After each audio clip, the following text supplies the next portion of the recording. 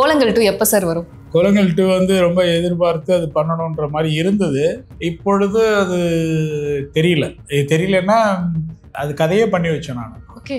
அந்த கதையினுடைய துவக்கம் கூட நான் இந்த உங்கள்கிட்ட சொல்லியிருந்தேன். அஜய் எல்லாம் ரொம்ப டிஃப்ரெண்ட்டாக இருக்குது. எல்லாரும் என்ன எதிர்பார்க்குறாங்களோ அப்படி இருக்காது. பழைய குணசேகரன் சார் வரும்போது ஒரு இருமல் இருக்கும், அது மட்டும் மிஸ் ஆகுது. அது அவங்களுக்கு இருந்த தொந்தரவை சீனில் வச்சுட்டாங்க. நம்ம என்ன அவர் அப்படிம்பாரு, இவர் அப்படிம்பாரு, இவர் கொஞ்சம் கணைப்பாரு. கொஞ்சமாவது அந்த 4 ஹீரோயினையும் ஜெயிக்க வைங்க. ஒரே மாதிரி போயிட்டு இருக்கு, பார்க்குறவங்களுக்கு விழிப்புணர்வுன்னு எதுவும் இல்லை. விழிப்புணர்வெல்லாம் ஒன்றுமே வேண்டாம். புரியுது, அண்டர்ஸ்டாண்ட் பண்ணுறீங்க, ஒரே ஒரு ஏரியா அதை மட்டும் எடுத்துகிட்டு போயிடுங்க. இன்னொரு களம் இருக்குது. சீரியல் வந்து ஒரு வியாபாரமும் கூட. சார், மக்கள் உங்ககிட்ட கேட்கணும்னு நினைச்ச கேள்விகள் தான் நான் எடுத்துட்டு வந்திருக்கேன். ஸோ ஒவ்வொரு கேள்வியா போயிடலாமா? ஓகே. கோலங்கள் 2 எப்போ சார் வரும்? கோலங்கள் 2 வந்து ரொம்ப எதிர்பார்த்து அது பண்ணணுன்ற மாதிரி இருந்தது.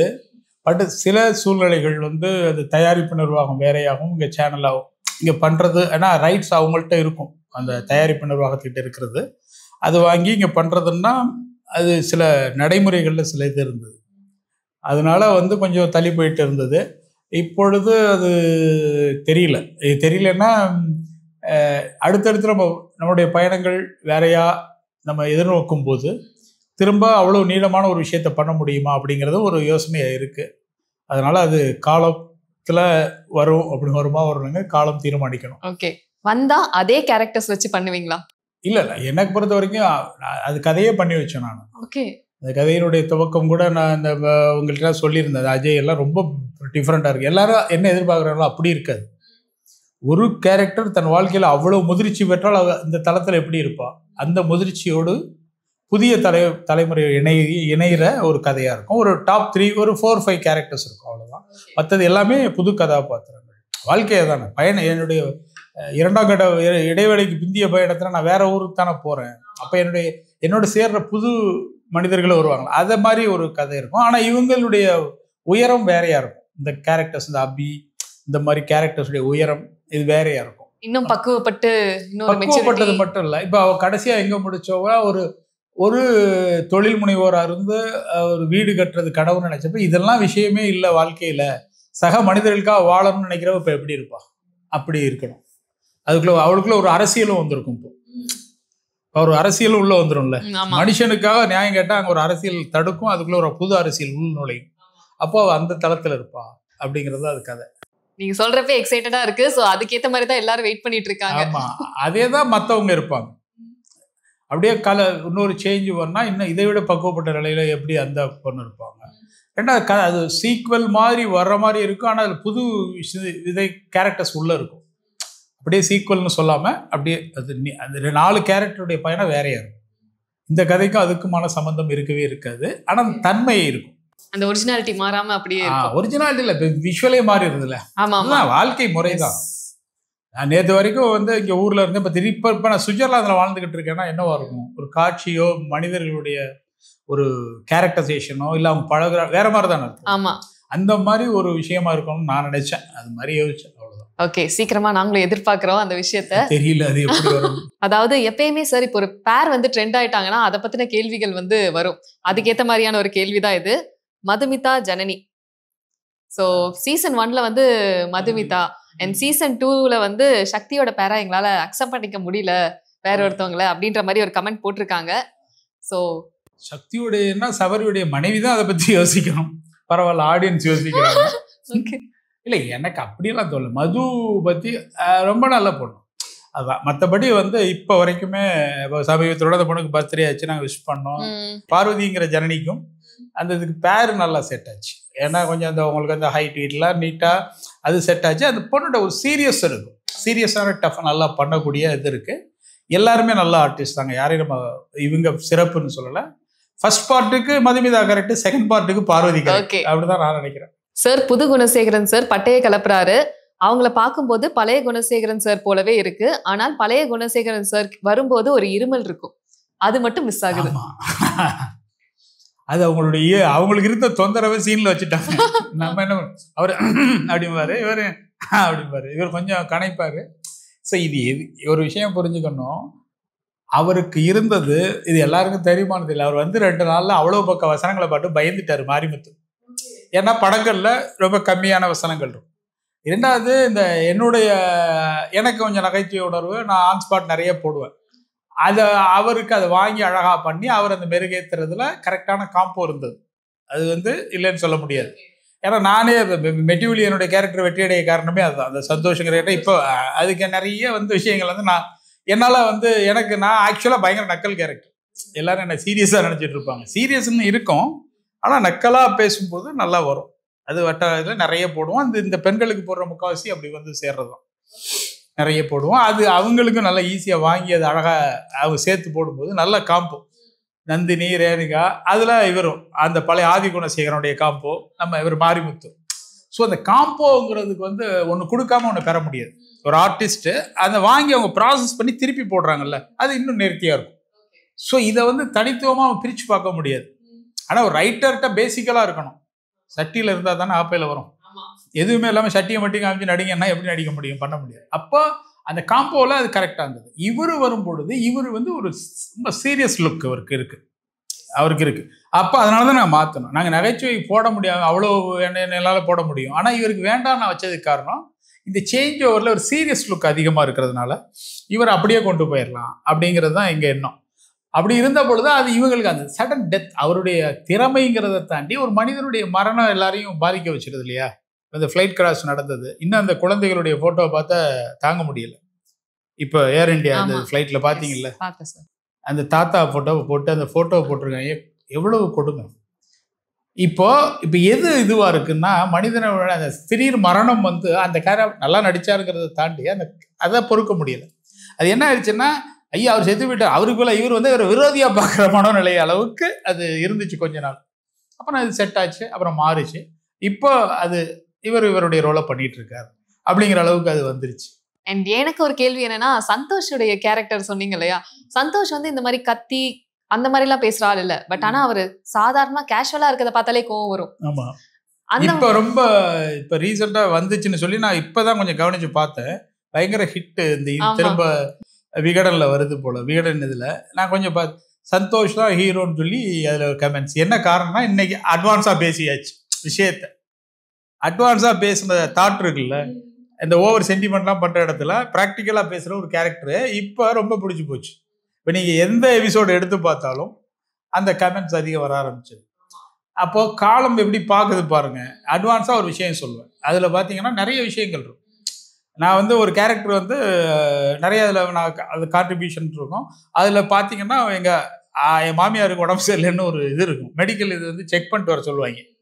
அவங்க வீட்டில் வந்து அந்த மாணிக்கம் கேரக்டர் செல்வம் எல்லாம் ஓவர் சென்டிமெண்ட் இல்லை ஒரு மாதிரியாக இருப்பானுங்க. ரொம்ப ப்ராக்டிக்கலாக இருக்கிற ஒரு கேரக்டர். இவன் போயிட்டு வாங்கிட்டு வருவாப்புல, வாங்கிட்டு வந்து காமிப்பார் என்னென்னு. அவங்க அத்தையை கூப்பிட்டா உட்காருங்க, என்னாச்சு மாப்பிள்ள அப்படின்னு கேட்பாப்புல. நீங்கள் முதல்ல வந்து அமைதியாக நான் சொல்கிறத கேளுங்கன்னு இதுலேயே பயத்தை உண்டு பண்ணுவாப்புல. அப்படிங்கும்போது எடுத்தோன்னே டைலாக், மரணத்தை நம்ம கொண்டாடணும். மரணங்கிறது வந்து ரொம்ப யதார்த்தமான விஷயம். பிரான்ஸ்ல எடுத்துக்கிட்டிங்கன்னா ஒரு இறந்த வீட்டில் ஒயின்லாம் சாப்பிட்டு ஒரு ஒரு ஒரு ஒரு கொண்டாட்ட மனநிலையில் அந்த பாடியை அடக்கம் பண்ணுவாங்க அப்படின்னு பகிருங்க அந்த அம்மாவுக்கு. என்ன சொல்கிறீங்க, அறிவில்லாம் பேசிக்கிறீங்கன்னு. எங்கே வர்றீங்க? நான் இங்கே தான் வர்றேன். இப்போ உங்கள் அம்மா வந்து சாவை பார்த்து பயப்படக்கூடாது. உங்கள் அம்மா சாவ போகிறாங்கிற விஷயத்த சொன்னால் அது அவளுடைய ஸ்கேன் ரிப்போர்ட்டு இல்லை, மாற்றி வாங்கிட்டு வந்துடுவான். ஏன் மாற்றி வாங்கிட்டு வருவான்னு பார்த்தா இவரே படித்து எடுத்துகிட்டு வந்துடுவாப்புல. ராஜம்ங்கிறது ராஜன் மாற்றி எடுத்துட்டு. அந்த மாதிரி ஒரு விஷயத்த சொல்லும்போது அது காமெடியாக சொல்லப்பட்ட விஷயமா இருந்தாலும் ரொம்ப முக்கியமான ஒரு விஷயமா இப்போ கருதப்படுது. என்னன்னா, நீ மரணம் அப்படிங்கிறத வந்து நீ பயப்படுறதுனால வாழ்க்கை இல்லை, மரணத்தை எதிர்கொள்ள அதன் வழி போ, அவ்வளோதான் விஷயம். இந்த விஷயத்த அப்போ ஒரு காமெடியாக ஹியூமராக சொல்லும் போது, ஏன்பா அந்த பொம்பளை பயப்படுது, இந்த ஆள் என்ன அப்படி பண்ணுறான் அப்படின்னு நினைச்சா அதே இது அன்னைக்கு இருந்த யங்ஸ்டருக்கு இன்னைக்கு இருக்க யங்ஸ்டர் பாருங்க. இப்போ தக் அப்படின்னு சூப்பர் தக்குன்றான், அந்த இது கரெக்டுங்கிறான். அப்போ அதுதான் காலமாற்றம். ஒரு விஷயத்தை அதுதான் நம்ம எடுத்துக்கணும். சார், இப்போதான் உங்க சீரியல் எல்லாம் பாக்குறேன். கொஞ்சமாவது அந்த 4 ஹீரோயினையும் ஜெயிக்க வைங்க. ஒரே மாதிரி போயிட்டு இருக்கு, பாக்குறவங்களுக்கு விழிப்புணர்வுன்னு எதுவும் இல்லை. சீரியல்ல என்ன விழிப்புணர்வு அப்படின்னா, நம்ம கோலங்கள்ல ஒரு விஷயம் சொன்னல, அது விழிப்புணர்வு இல்லை, புரிதல். விழிப்புணர்வுலாம் ஒன்றுமே வேண்டாம். அண்டர்ஸ்டாண்ட் பண்ணுறீங்க ஒரே ஒரு ஏரியா, அதை மட்டும் எடுத்துகிட்டு போயிடுங்க. இன்னொரு கலை இருக்குது. சீரியல் வந்து ஒரு வியாபாரமும் கூட. அந்த வியாபாரம் வந்து ஒரு சேனலுக்கு இருக்குது, எல்லாருக்கும் மார்க்கெட்டிங் ஏஜென்சிக்கு இருக்குது, தனிப்பட்ட ஒரு தயாரிப்பாளருக்கு இருக்குது, அதை நம்பி இருக்கிற மனிதர்களுக்கு இருக்குது. இப்போ நான் ஒரு கதை மார்க்கெட்டிங்கில் நல்ல பீக்கில் இருக்கும்போது அந்த கதையை நீங்கள் யாரும் முடிக்க மாட்டாங்க, ஓரளவு மக்கள் வரவேற்பு இருக்கும்.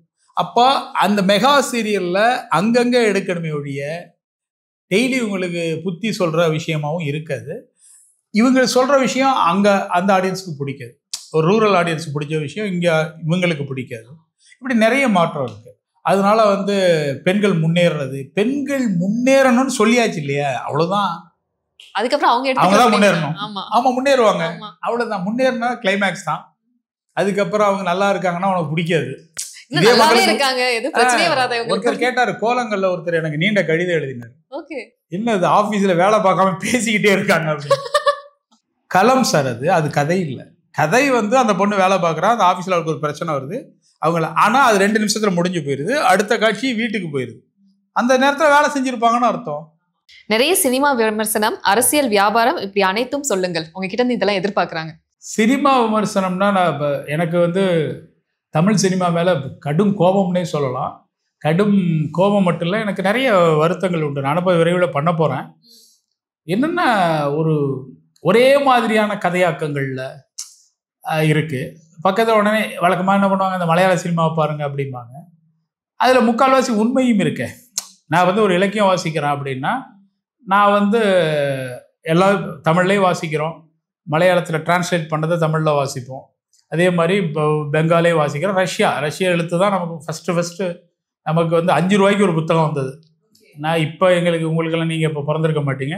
நாங்கள் இதில் ஒரு புக் ஹவுஸ் இருக்கும், நியூ செஞ்சுரி புக் ஹவுஸ்னு ஒன்று இருக்கும், கேள்விப்பட்டீங்களா? இங்கே இருக்கிற மாதிரி ரஷ்யன் லிட்ரேச்சர் எவ்வளோ தெரியுமா? இவ்வளோ பெரிய புக்கு 15 rupees. அதாவது அப்போவே அது 200 ரூபா புக்கை 15க்கு தான் விற்பாங்க. ஏன்னா அந்த ரஷ்யன் லிட்ரேச்சர் போய் எல்லாருக்கும் சேரணுங்கிறதுக்காக. அதுலேருந்து தான் மிகப்பெரிய டால்ஸ்டாய் எழுத்து, இவான் துர்கேனிவ், மிகப்பெரிய எழுத்தாளர்களுடைய கதையெல்லாம் அங்கே தான் படித்தோம். ஆனால் ஃபஸ்ட்டு டப்பிங் படம் மாதிரியே இருக்கும். இவான் துர்கேனிவ்னா எனக்கு என்ன புரியும், அது பேர் ரஷ்ய பேர். ஆனால் ஒரு கட்டத்துக்கு மேலே படிக்க படிக்க படிக்க என்ன ஆயிடுச்சுன்னா, அந்த எழுத்து பயங்கரமாக வசீகரிக்கும். நாங்கள் இப்போ சஃபேர்னு இங்கே சென்னையில் நான் வந்த பஸ்ஸில் ஒரு தியேட்டர் இருந்தது, இடிச்சிட்டாங்க. அது இப்போ அந்த மவுண்ட் ரோட்டில் அங்கே போடுவான் பாருங்க, ஃபிலிம்ஸ் அவ்வளோ கிளாஸியாக இருக்கும். அங்கே ஒரு சின்ன காஃபி ஷாப் இருக்கும், ரஷ்யன் புக் இருக்கும். அந்த புக்கை வாங்கிட்டு ஒரு டீ வாங்கி குடிச்சிட்டு ஒரு படத்துக்குள்ளே போனோம்னு வச்சோம். கீழே மலையாள படம்லாம் இப்போ நிறைய ரிலீஸ் ஆகும். அப்போ தான் மலையாள படங்கள் அதிகமாகிடுச்சு, இங்கிலீஷ் ஆச்சு. அதுக்கு மேலே ஒரு தியேட்டர் இருக்கும், அது 24 hours படம் வரும். ஒரே படம் கண்டினியூஸாக ஓடும். நீங்கள் எப்போ வேணாலும் போய் உட்காந்துட்டு எப்போ வேணாலும் எந்திரிச்சு வரலாம் அந்த டிக்கெட்டு. நல்லா இருக்கே சார். ஆமா, நீங்க சொல்றதே ஒரு மாதிரி ஏஸ்தட்டிக்கா இருக்கு. கீழே அந்த காஃபியோட அப்படியே ஐயோ, அதனால சஃபேரை மறக்கவே முடியாது. அது ஒரு சூப்பர் தியேட்டர். அதுக்கு மேலே ப்ளூ டீன்னு ஒன்று இருக்கும். அந்த ப்ளூ டீல இப்போ ஒரு படம் ஓடுதுன்னா 2 hours ஓடுதா, 10 நிமிஷம் பிரேக், அது ஓடிக்கிட்டே இருக்கும். இப்போ நீங்கள் இடைவேளையில் வந்தால் இடைவேளையில் கூட எந்திரிச்சு போகலாம். ஃபஸ்ட்டு இடைவேளையில் வந்துட்டீங்க, ஃபர்ஸ்ட் ஹாஃப் பார்க்கலாம், இங்கே பார்க்கலாம். அதுக்கப்புறம் நீங்கள் எப்போ வேணாலும் எந்திரிச்சு போகலாம். ஆனால் அது என்ன சிக்கலை உருவாக்கிருச்சுன்னா, காதலர்களுக்கு ஒரு ஐக்கியமான இடமா போச்சு. எப்போ வேணாலும் வரலாம், எப்போ வேணாலும் போகலான்ற மாதிரி. அந்த மாதிரி எல்லாம் சென்னையினுடைய எனக்கு எப்போவுமே 90s சென்னை அந்த இறுதிகளில் இருந்த மாதிரி பியூட்டிஃபுல்லாக இருக்கும். அது சினிமாலாம் இப்போ இந்த ஆனந்த் தியேட்டர்ஸ்லாம் பார்த்தீங்கன்னா, தியேட்டர்லாம் இப்போ இந்த அக்னிநட்சத்திரம், மணிரத்னம் படம்லாம் வந்ததில்லை, இதயத்தை திருடாதே, அது மாதிரி நிறைய படங்கள்லாம் வரும். அந்த கேர்ள்ஸு பாய்ஸ் எல்லாம் பயங்கரமாக உட்கார்ற இடம் அது. இப்போ என்னென்னா இது கிடையாது இல்லை, உங்களுக்கு தியேட்டர் தான். தியேட்டரை விட்டால் வேறு விஷயம் கிடையாது இல்லை. அது இம்பேக்ட் பயங்கரமாக இருந்துச்சு. எனக்கு அந்த பீரியடை பண்ணணும்னு எனக்கு ரொம்ப ஆசை. அதுக்கு ஒரு கதையும் பண்ணியிருக்கேன் நான். ஒரு ஃபுல் அந்த 90s சென்னை 90s சென்னை இது எவ்வளோ பெரிய விஷயம் பாருங்கள். 90s சென்னை அப்படி இருக்கும். அது நகரம் அழுத்தம் இல்லாத எந்த ப்ரெஷர் இருக்காது. நாம் ரொம்ப படிக்கிறோம், நம்ம ஒரு 18-20 வயசில் இருக்கோன்றதுனால சொல்லலை, பொதுவாகவே அது கிளாஸியாக. ஆமாம், இப்போ இந்த ஓஎம்ஆர் இருக்கு இல்லையா, இது தொடர்ச்சியாகவே இருக்காது. அந்த ரோடு ஒரு ஊர், அப்புறம் ஒரு வில்லேஜ், அப்புறம் ஊருக்கு அந்த துறப்பாக்கம், அங்கிட்ட ஒரு வில்லேஜ், அதுக்கப்புறம் ஒரு துறப்பாக்கம், ஒரு வில்லேஜ், அப்புறம் ஒரு லேக்கு, ஒரு ஏரி, சைக்கிளில் மாமல்லபுரம் வரைக்கும் போவோம். ஒரு டைம் மிஷின் கிடைச்சா நல்லா இருக்கும், டக்குன்னு போய் பார்த்துட்டு வரணும். சைக்கிளில் போவோம், மாமல்லபுரம் வரைக்கும் போவோம். நிறைய லேக்கு, ஏரி இருந்தது, பியூட்டிஃபுல்லாக இருக்கும். ஈஸியாரும் அப்படித்தான். பட் ஓஎம்ஆர் முழுக்க வில்லேஜ் தான். துறைப்பாக்கம், கந்தன்ஜாவடி, அந்தந்த ஊர், அந்தந்த இடம் மட்டும் இருக்கும். டூரிங் தியேட்டர்ஸ் அவ்வளோ இருக்கும். சினிமா அந்த கொண்டாட்டம் இது வளர்ச்சிங்கிறது வேற. ஏன் அப்படி இருக்குன்னா, அந்த நேரத்தில் அந்த சினிமா மேலே அந்த லவ் அதெல்லாம் பயங்கரமாக இருக்கும். ஒரு செகண்ட் மிஸ் பண்ணாமல் அந்த படத்தை பார்க்கணுங்கிற அந்த வேகம் இருக்கும். அதை திரும்ப கொண்டு வரணும்னு ஆசை எனக்கு. 90s சென்னை அது வந்து, ஏன்னா நம்ம பார்க்குற 90s சென்னை, அதுக்கு முன்னாடி நம்ம சென்னைக்கு வரல. அப்போ நம்ம பார்த்தது, அதுக்கு முன்னாடி ஒரு லைஃப் இருக்குது இல்லைன்னு சொல்ல, அது வேற. நம்ம பார்க்கும்போது அது இருந்தது. இப்போ எனக்கு என்னுடைய இப்போ இந்த பீரியடோட அதை கம்பேர் பண்ணும்போது எப்படி இருக்கும், எப்படி ஒரு விஷயம் இருக்கும்னு தோணுது. இது எதுக்கு சொல்ல வந்தேன்னு தெரியல, நம்ம எங்கேயோ போயிட்டேன், சாரி. பரவாயில்ல சார், இது இன்ட்ரெஸ்டிங்கா இருந்தது கேட்கறதுக்கு. இது நீங்க விமர்சனம்னு சொல்றதுனால நான் சொல்ல வந்தேன். எனக்கு சினிமா நிறைய இப்போ பார்க்குறது, நம்ம ஓடிடிலையும் பார்க்குறோம், நிறைய படங்களை பார்க்குறோம். எனக்கு இந்த ஆஃபீஸர் ஆன் டியூட்டி, இந்த இப்போ சமீபத்தில் அந்த குஞ்சா கோபன் படம் பியூட்டிஃபுல்லாக இருந்தது, அது பார்த்தேன். அது முழுக்க முழுக்க ஸ்லோவாக இருக்கும், ஒரு இன்வெஸ்டிகேஷன் இது பேஸ்ட் ஆன் ஃபிலிமு. அது ரொம்ப பிடிச்சது, அந்த படமும் பிடிச்சது. அதுக்கப்புறம் இப்போ தியேட்டர் போய் நான் எல்லோரும் தக்லை பற்றி ரொம்ப தாக்குனதுனால நான் இன்னும் பார்க்கவே இல்லை, போயே பார்க்காம இருக்கேன். பட் எனக்கு புரிஞ்சது அது ஆடியன்ஸுக்கு ரொம்ப கொஞ்சம் கூட போய் சேரலை அப்படின்னு சொல்கிற படம். ஆமாம், நிறைய படங்கள் வந்து இப்போ பார்க்கும் பொழுது பெரும்பாலும் ஓடிடி. தியேட்டர் எக்ஸ்பீரியன்ஸில் வேற என்ன படம் பார்த்தேன் சொல்லுங்களேன், என்ன படம் வந்துச்சு? Tourist family. டூரிஸ்ட் ஃபேமிலி பார்த்தாச்சு, பார்த்தேன்னா அவர்கிட்ட பேசினேன், கதாநாயகர்கிட்ட பேசினேன். நல்ல விஷயம், அருமையான படம். டூரிஸ்ட் ஃபேமிலியே வந்து அதான் சொல்ல வரேன், ஒரு சினிமா அது குடும்ப படமானா குடும்ப படம்னு சொல்ல முடியாது, அது ரெண்டு கடந்த ஒரு படம் தான். அது பெரிய வழிகளை கொடுக்கக்கூடிய ஒரு படம். பிடிச்சிருந்ததுங்கிறத விட இப்படி ஒரு கதை சொல்லலாம், இப்படி ஒரு கதையை சொல்லலாமே. ஆனால் ஏன்னா இதில் லாஜிக் பார்த்தீங்கன்னா எப்போ வேணாலும் சிக்க போகிறான், அப்படி பார்த்தா எப்போ வேணாலும் போலீஸ் போகிறான், அதெல்லாம் ஓகே, அது தேவையில்லை. இப்போ நான் அந்த மனிதனை கொண்டாடி காப்பாற்றுறாங்க அந்த மக்கள் அப்படிங்கிறது நல்லா இருந்துச்சு. அது நிறைய பேருக்குமே கொஞ்சம் ரொம்ப நாள் கழிச்சு அந்த மாதிரி ஒரு முழு படத்தை ஃபீல் குட்டா பார்த்துட்டு வந்த மாதிரி. அதான் சொல்கிறேன், என்ன காரணம்னு சொன்னால் வன்முறை நிறைய காட்ட வேண்டிய படம் வன்முறை காட்டலை, காட்ட சூழல் இருந்த படம். இந்த போலீஸ் அடிச்சு கொண்டா பாபநாசம் மாதிரி திருஷ்யம் படம் மாதிரி அடிச்சு விசாரிச்சு அந்த ஆங்கிளில் வர வேண்டிய படம் அது. அப்படிதானே பண்ணியிருக்கணும். குண்டு வச்சுட்டாங்க வந்துட்டாங்கன்ட்டு அது மாதிரியெல்லாம் இருந்ததை அந்த ஆங்கிளே போகாமல் அந்த வழியே காட்டாமல் இது ஒரு மனிதம் பேசுனதுனால ஒரு பியூட்டிஃபுல் மூவி. அது நல்ல ஒரு வித்தியாசமான தியேட்டர் எக்ஸ்பீரியன்ஸில் ஒரு நல்ல குடும்ப படம். ஆமாம்.